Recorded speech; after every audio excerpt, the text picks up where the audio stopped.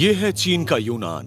चीन के लोग प्यार से इसे रंग बिरंगे बादलों का दक्षिण बुलाते हैं। चीन के दक्षिण पश्चिम सीमा पर बसा ये इलाका म्यांमार, लाओस और वियतनाम से जुड़ा है और लोग यहीं से होकर दक्षिण पूर्व एशिया के सफर पर निकलते हैं। यहाँ दूर दूर तक पहाड़ और नदियां दिखती हैं। मौसम साल भर बसंत जैसा रहता है और यहाँ के मिट्टी में छुपा है प्राकृतिक संपदा। यूनान में सबसे ज्यादा जनजातियां रहती हैं। चीन की 56 जनजातियों में से 26 यहाँ पीढ़ियों से बसी हैं। यूनान का अनोखा परिवेश और यहाँ की संस्कृति पर्यटकों के लिए बेहद पसंदीदा जगह बना देता है। बहुत से गांवों में लोगों ने ग्रामीण पर्यटन और विशेष प्रकार की खेती से अपनी जिंदगी बदल ली है।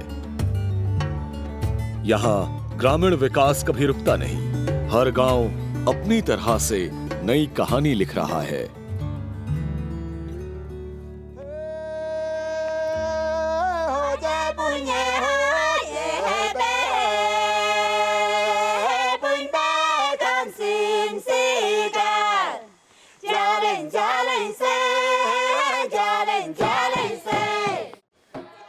जियालिनसाई वा जाति का लोकगीत है। वा भाषा में इसका मतलब है सब हाथ पकड़ो और साथ में नाचो गाओ। और वा जनजाति के लोग दूर से आए पर्यटकों का स्वागत ऐसे ही करते हैं।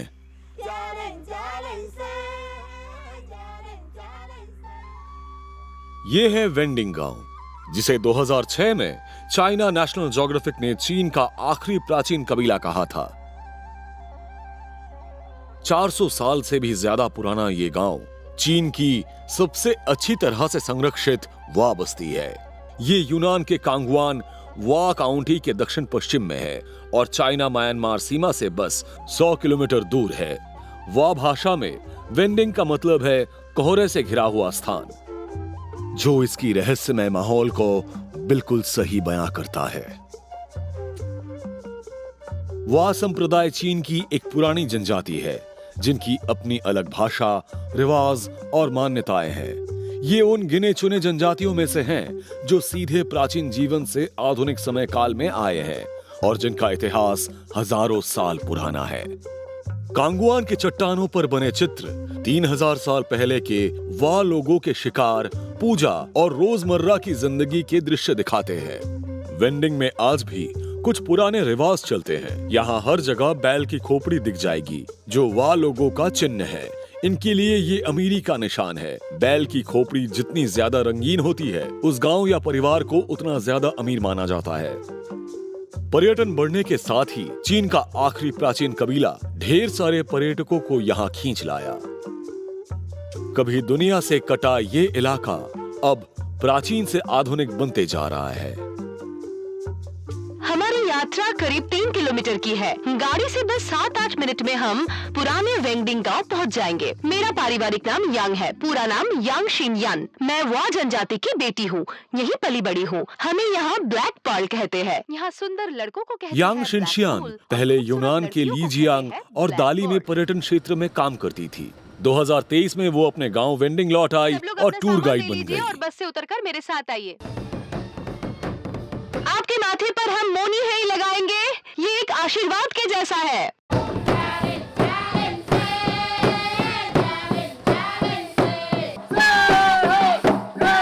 जो काली मिट्टी अभी गांव वाले ने आपके माथे पर लगाई, उसे कहते हैं मोनी हेई। इसका मतलब है शुभकामनाएं या गुड लक और मान्यता है कि ये बुरी नजर और बुरे असर से बचाती है। जैसे ही टूरिस्ट गांव के दरवाजे से अंदर आते हैं, वाह कल्चर की जादुई यात्रा शुरू हो जाती है।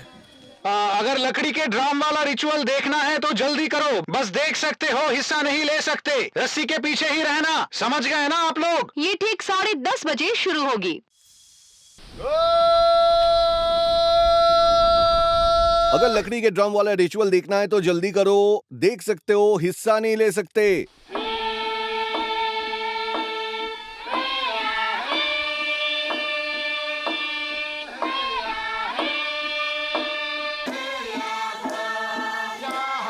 गांव के बाहर से ताजा कटा पेड़ खींच कर लाते हैं और पुराने नगाड़े को बदलकर उससे नया नगाड़ा बनाते हैं।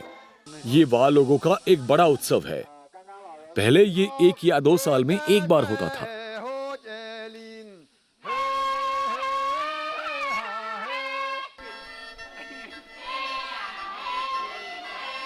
अब पर्यटकों के लिए दिन में 2 बार होता है ताकि पर्यटक वह संस्कृति को पूरी तरह से महसूस कर सके।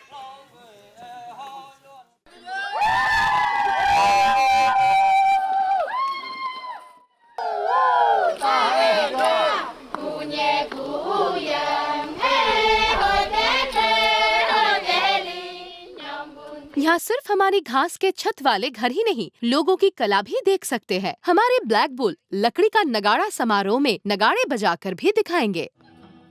हमारी वॉक कल्चर में लकड़ी का ड्रम एक पवित्र औजार है और ऊपर वाले से जुड़ता है। इसमें 2 टोन होता है, एक पुंगलिंग, एक स्त्रीलिंग, और ये ड्रम भगवान से बात कर सकता है। आखिरी प्राचीन कबीला वाली पहचान से कई पर्यटक जरूर आते हैं, पर इसके बारे में लोगों में काफी गलतफहमियां भी फैल गई हैं। वेंगडिंग को प्राचीन कबीला कहा जाता है, इसलिए बहुत लोग सोचते हैं यहाँ ना बिजली है ना इंटरनेट है और शायद दुनिया के साथ इस जगह का कोई संपर्क नहीं है। भले ही ये प्राचीन गांव है, पर इसका मतलब ये नहीं कि हम पीछे हैं या पुराने टाइम में अटके हैं। हम भी हर गुजरते हुए दिन के साथ वक्त से वक्त मिलाना जानते हैं। ये फोटो 22 साल पहले की है, जब एक पर्यटक ने 7 साल की यांग शिनशियान की तस्वीर ली थी।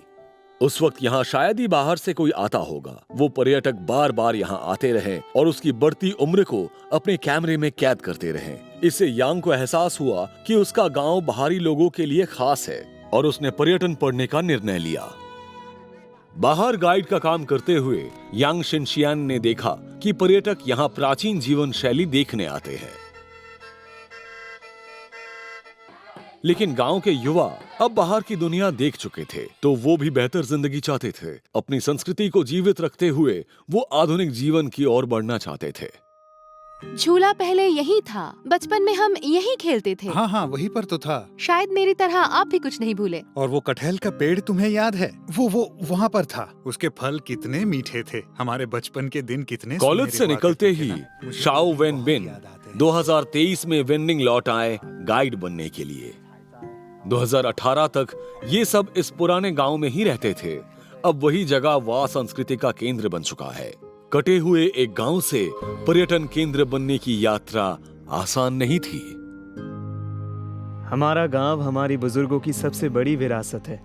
बड़े पेड़, पुराने घर, बाहर वालों ने देखा तो बचाना चाहा। अगर वेंडिंग में पर्यटक नहीं आते तो सच में ये बहुत अफसोस की बात होती। यहाँ का कल्चर, यहाँ के लोग, ये सब कुछ प्रिजर्व करने के लिए पर्यटकों का होना बहुत जरूरी है। इसीलिए सन 2000 से यूनान में पर्यटन बढ़ने लगा और वेंडिंग ने भी पर्यटन को बढ़ावा देने का निर्णय लिया। सन 2005 में एक योजना शुरू की गई और ज्यादा पर्यटक लाने के लिए, लेकिन जो वह लोग सालों से कटे हुए थे उनके लिए ये थोड़ा अजीब और असहज था। असल में हमें बाहर वालों से डर लगता था, तो हम उनसे बचते थे। सांस्कृतिक मित्रता और भाषा ना समझने की वजह से पर्यटकों को संभालना मुश्किल हो गया। शुरू में लोगों को समझाना मुश्किल था। किसी को पता ही नहीं था ये पर्यटन होता क्या है। जब लकड़ी के ड्रम बनाने की प्रशिक्षण शुरू की गई तो कोई नहीं आया, और क्योंकि कोई नहीं आया तो तब हमारे मुखिया को ही सब कुछ संभालना पड़ा। धीरे धीरे गांव वालों को समझ आया कि जिस संस्कृति और रिवाज को उन्होंने ध्यानपूर्वक संरक्षण किया वही उनका सबसे बड़ा खजाना है। पर्यटन से कमाई तो बढ़ी, लेकिन जीवन शैली में कठिनाइयां भी आने लगे। कुछ किसानों ने इस प्राचीन गांव में सोलर पैनल लगा दिए। उन्हें हम रोक नहीं सकते। हम चाहते हैं कि गांव वालों का जीवन सुधर जाए, लेकिन गांव की वो बात भी बनी रहे, ज्यादा बदलाव के कारण कुछ खराब ना हो जाए। जिंदगी सुधारे या गांव की प्राचीनता को एक सी रखे, यही सबसे बड़ी दुविधा बन गई थी। 2012 में 1.5 किलोमीटर दूर नया गांव बनना शुरू हुआ और 2018 तक सब लोग वहां रहने चले गए ताकि एक नई जिंदगी शुरू कर सके। पुराने गांव में पहला मंजिल सामान रखने या जानवर के रहने के लिए होता था। नए गांव में पहला मंजिल रहने के लिए और मुर्गियां ऊपर वाले अलग कमरे में रखी जाती है। गांव काफी बदल चुका है, पर मुझे ये बदलाव अच्छा लगा। आधुनिक सुविधाओं से जिंदगी आसान तो हो गई, पर एक नई समस्या सामने आई। पुराना गांव पहले जैसा दिख तो रहा था, पर उसकी रूह और रोजमर्रा का माहौल वहां से गायब था। क्या ये जगह अब भी वाह कल्चर का केंद्र बनकर रह सकता है? यही अब सबसे बड़ा सवाल था।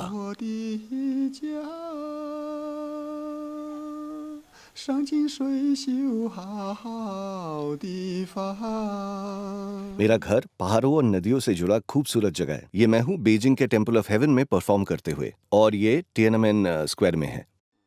शाओनीना वेंडिंग से बाहर जाने वाले पहले इंसान थे। 18 साल की उम्र में गरीबी के चलते उन्होंने गांव छोड़ा और बाहर और जाकर ये 1999 लोक कला का में प्रदर्शन मिलता है। करना शुरू किया।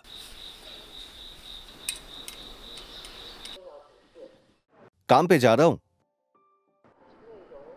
कई दशकों घूमने और सफलता पाने के बाद 2022 में उन्होंने अपने गांव वापस आकर यहीं बसने का फैसला लिया। मैं कहीं भी चला जाऊं, मेरा दिल हमेशा गांव में ही रहता है।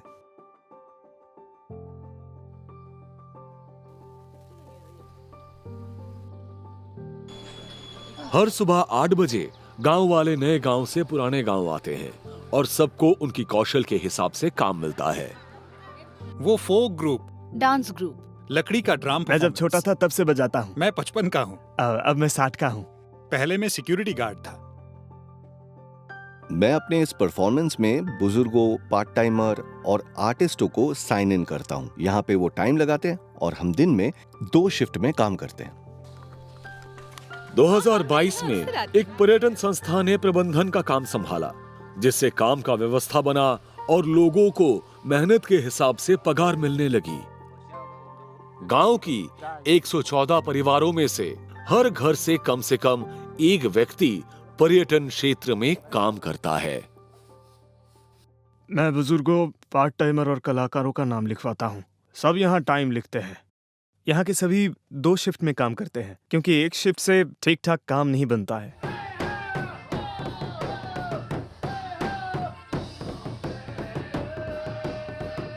मेमोंग, मेमोंग मेमोंग, मेमोंग मेमोंग। वाह भाषा में मेईमोंग का मतलब है नमस्ते। गांव वाले एक और दिन की सांस्कृतिक परिवेशन शुरू करते हैं।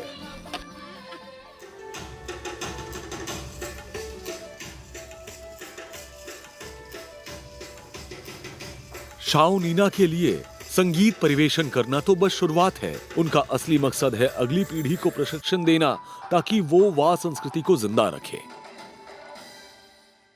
कुछ चीजें अभी भी ठीक नहीं है, उसे ठीक करना होगा। मैं जो बाहर परफॉर्म करके सीखा हूँ वो धीरे धीरे 1, सबको 2, सिखाना 1। चाहता हूँ। ये तो बस शुरुआत है, अभी भी बहुत कुछ सीखना बाकी है, लेकिन ये लोग कोशिश बहुत अच्छा कर रहे हैं। ठीक है, मैं बहुत खुश हूँ इनके साथ। ये लोग बहुत ही दिल से कोशिश कर रहे हैं, लेकिन हमें ये परफॉर्मेंस और प्रैक्टिस जारी रखनी होगी। हेलो, कैसे हैं आप लोग?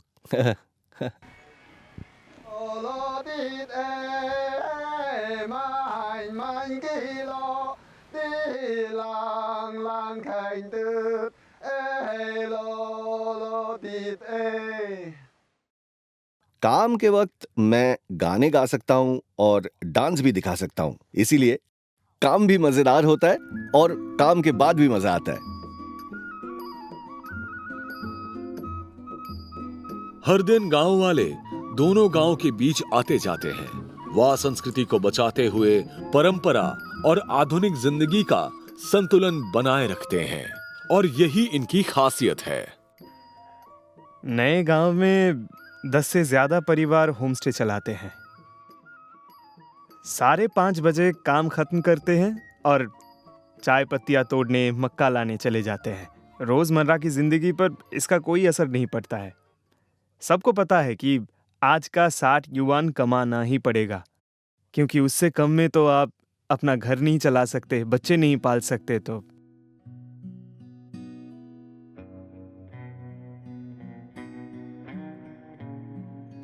वाह संस्कृति के जरिए वेंडिंग ने गांव में पर्यटन बढ़ाया, परंपराओं में नई जान डाली और युवा अब गांव वापस लौटने लगे हैं। अपने घर लौटना, जो पसंद है और जिसमें माहिर हूँ वो करना और दूसरों को उसके बारे में बताना, इससे मुझे गर्व महसूस होता है।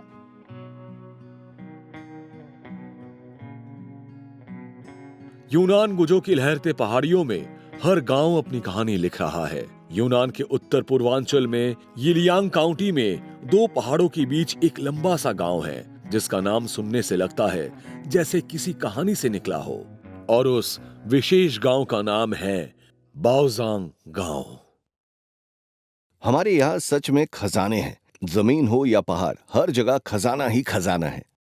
धीरे धीरे धीरे धीरे आराम से, आराम से। धीरे धीरे उठाओ। हाँ। अरे आराम से, आराम से। हमारे यहाँ सच में खजाने हैं। जमीन हो या पहाड़, हर जगह खजाना ही खजाना है। धीरे धीरे आराम से निकालो। खोदते समय ध्यान रखना, बर्बाद हो गया तो कीमत नहीं मिलेगी। जिस चीज को गांव वाले ध्यान से देख रहे हैं वो उनका बहुत सारे खजानों में से एक है, तियानमा। इसे हम अभी नहीं निकाल सकते क्योंकि ये पूरी तरह से निकालने के लिए तैयार नहीं है। हम बस देख रहे थे कि ये कितना बाकी है। तियानमा एक कीमती चीनी जड़ी बूटी है जो पिछले 2000 सालों से भी पहले से इस्तेमाल हो रही है। ये शरीर को ठंडा रखता है, दर्द कम करता है और ब्लड प्रेशर, माइग्रेन और स्ट्रोक रिकवरी में भी बहुत असरदार है।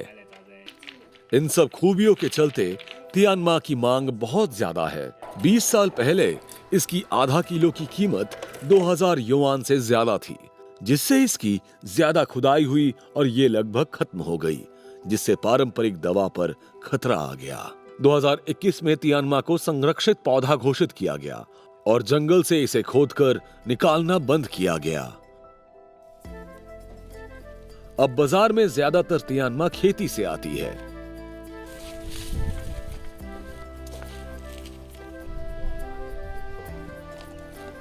ये लो। यह है अंकुरित फंगस। इसमें तियानमा के बीज होते हैं। इसके बिना तियानमा नहीं उगता है, तो इसको हमें डालना ही पड़ता है। ये बहुत जरूरी है। तियानमा एक परजीवी पौधा है जिसमें क्लोरोफिल नहीं है। ये फोटोसिंथेसिस नहीं कर सकता और पूरी तरह एक दूसरे फंगस पर निर्भर रहता है। इस वजह से इसे उगाना बहुत ही मुश्किल है और ये ज्यादातर 100 से 200 मीटर की ऊंचाई पर उगता है। इसे ढेर सारी धूप और 10 डिग्री सेल्सियस से 30 डिग्री सेल्सियस तापमान चाहिए ताकि ये पौधा ठीक से उग सके। 1970 के दशक से गांव वाले तियानमा को जंगल जैसे हालातों में उगा रहे हैं। ना वीडिंग, ना कीटनाशक, ना खाद। यहाँ पे जो उगता है वो बस नेचर से ही मिलता है। उससे ज्यादा हमें कुछ नहीं मिलता।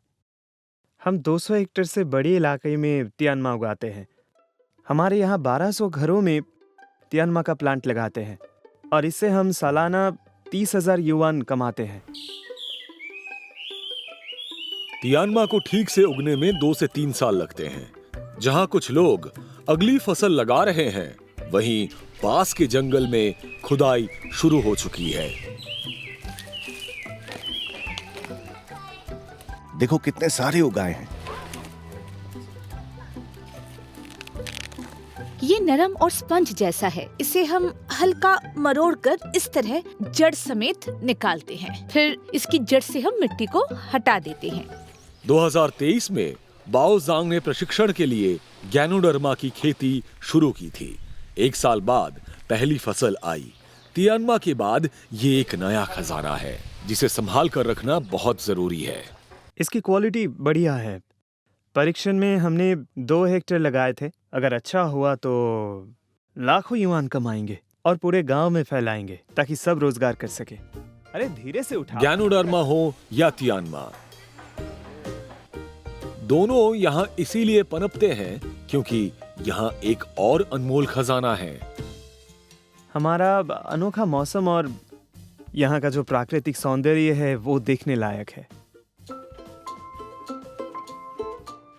ये है शाओकाओबा इको टूरिज्म एरिया, राष्ट्रीय स्तर का 4A स्पॉट जो कुनमिंग, चेंगडू, चोंगकिंग और गुइयांग से करीब 500 किलोमीटर से कुछ ज्यादा दूर है। इस जगह की औसत ऊंचाई 1800 मीटर है। साल में इसकी औसत तापमान 15.5 डिग्री सेल्सियस होता है और यहाँ 85% इलाके में जंगल है। यहाँ प्राकृतिक ऑक्सीजन की भरमार है और गर्मियों में समय बिताने के लिए ये एकदम सही जगह है। 20 साल पहले भी सड़कें खराब थी, मिट्टी के रास्ते थे, इसलिए हमें रबर के जूते पहनने पड़ते थे। लोग मिट्टी और घास से बनी घरों में रहते थे। अक्सर जानवरों के साथ भी एक ही घर में रहना पड़ता था। बाओजांग से ही ये जगह शुरू होती है। यहाँ पैदा हुए जियांग शांगफा का सपना था गांव के बुनियादी ढांचे में सुधार लाना, जो 2022 में पूरा हुआ। शंघाई शोंगजियन जिले ने हमें 16 मिलियन युआन दिया है ताकि हम अपने घरों को बहुत अच्छे से बना सके। ट्रांसपोर्ट और माहौल में सुधार से बाओजांग गांव को नए मौके मिले। 2023 में बाओजांग ने पहली बार टूरिज्म में कदम रखा। सालाना इससे करीब 1.26 मिलियन युआन तो मिल ही जाता है। भले ही यह आंकड़ा बड़ा नहीं है, लेकिन इससे गांव वालों में तरक्की की उम्मीद जगी है। अब वो सोच रहे हैं कि कैसे और भी पर्यटकों को यहाँ लाया और रखा जाए। गांव में आरवी कैंप साइट बन रही है और गांव के जियांग लोंगजू अपना घर गेस्ट हाउस में बदल रहे हैं। पहले टूरिस्ट यहाँ से बस चले जाते थे, अब ये मौका किसी भी तरह हमें हाथ से जाने नहीं देना चाहिए।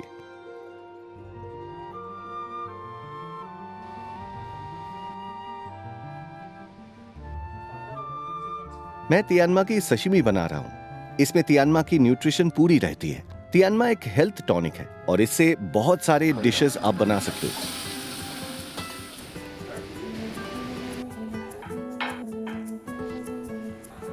यह है तियानमा स्टीमर चिकन और इसके साथ हमने रखा है स्टीम तियानमा।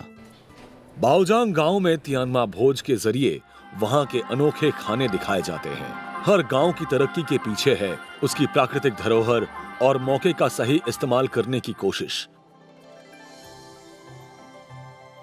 यूशी के होंगटा जिले के दायिंगजिए गांव ने सही फैसला लेके और मौके का सही इस्तेमाल करके खुद को यूनान का 1 नंबर गांव बना लिया।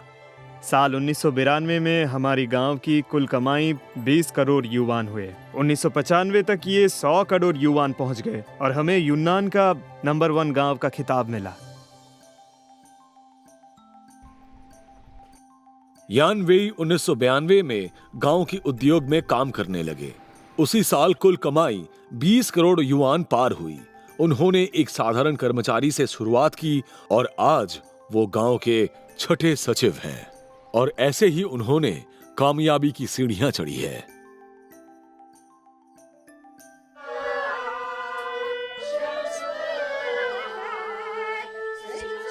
ये दायिंगजिए का मुख्य बाग। बुजुर्ग हर सुबह, दोपहर और शाम यहाँ आते हैं, वक्त बिताते हैं। वो काफी खुश रहते हैं। दायिंगजिए की तरक्की उन्हीं की मेहनत का नतीजा है।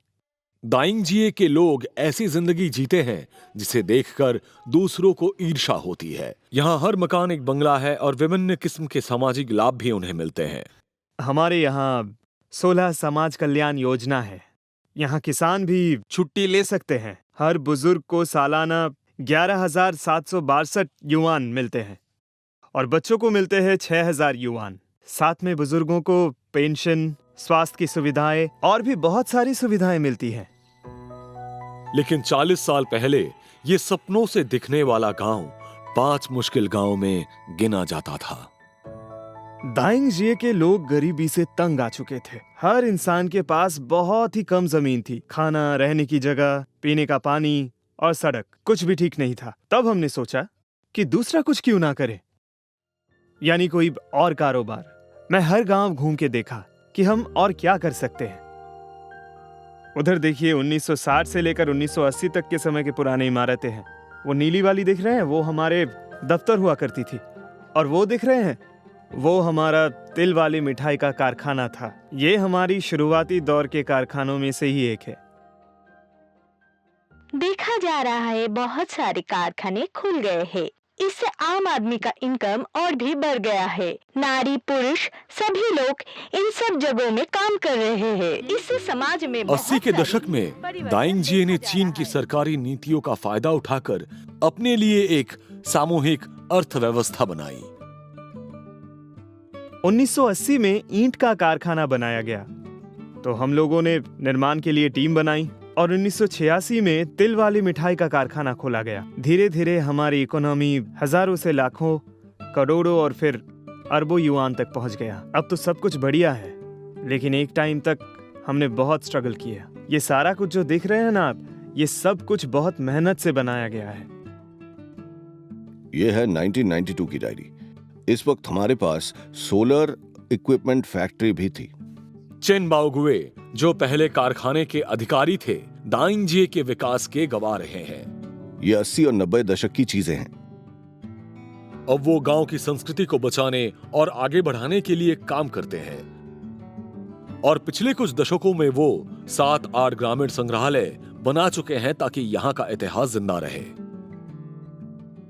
ये 80 और 90 के दशकों की जिंदगी के दृश्य और चीजें हैं। इनको देख के सच में बहुत यादें ताजा हो जाती हैं।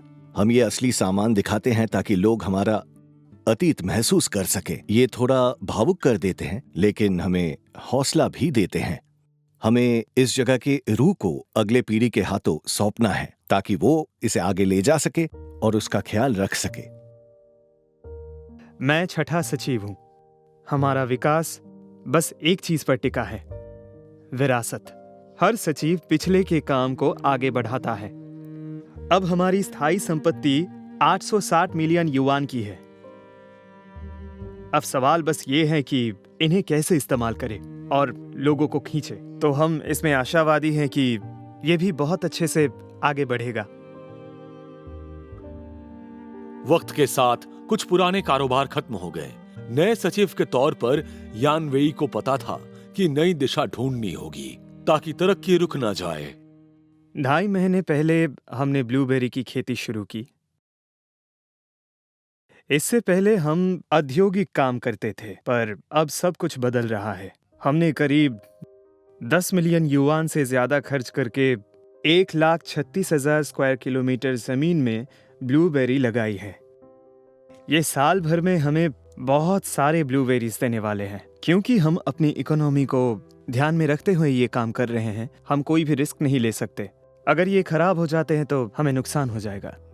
कृषि उद्योग, जिसे पहले उद्योग के हिसाब से नजरअंदाज किया जाता था, अब दाइंगजिए की नई कोशिश है। अब दाइंगजिए में पहला, दूसरा और तीसरा तीनों किस्म के उद्योग डेवलप कर रहे हैं।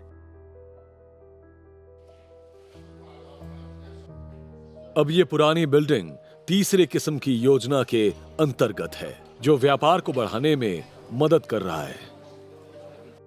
अब ये रोज डक रेस्टोरेंट है, प्रांतीय अमूर्त सांस्कृतिक धरोहर। यहाँ का खाना आपको हमारी दशकों की कहानी का एहसास दिलाता है। यही यहाँ का पहचान है। इस रोज डक के अलावा यूसी के राइस नूडल्स भी बहुत मशहूर हैं। दाइंगजिए ने 8 बार यूशी राइस नूडल्स उत्सव करवाया है। चेन बाओगुए अब राइस नूडल्स का दुकान चलाते हैं ताकि वो दाइंगजिए के खाने के इतिहास को और बढ़ावा दे सके। और यान वेई सांस्कृतिक धरोहर के लिए एक विशेष इलाका बना रहे हैं ताकि पर्यटन बढ़ सके और बहुत सारे उद्योग और व्यापार यहां पनप सके।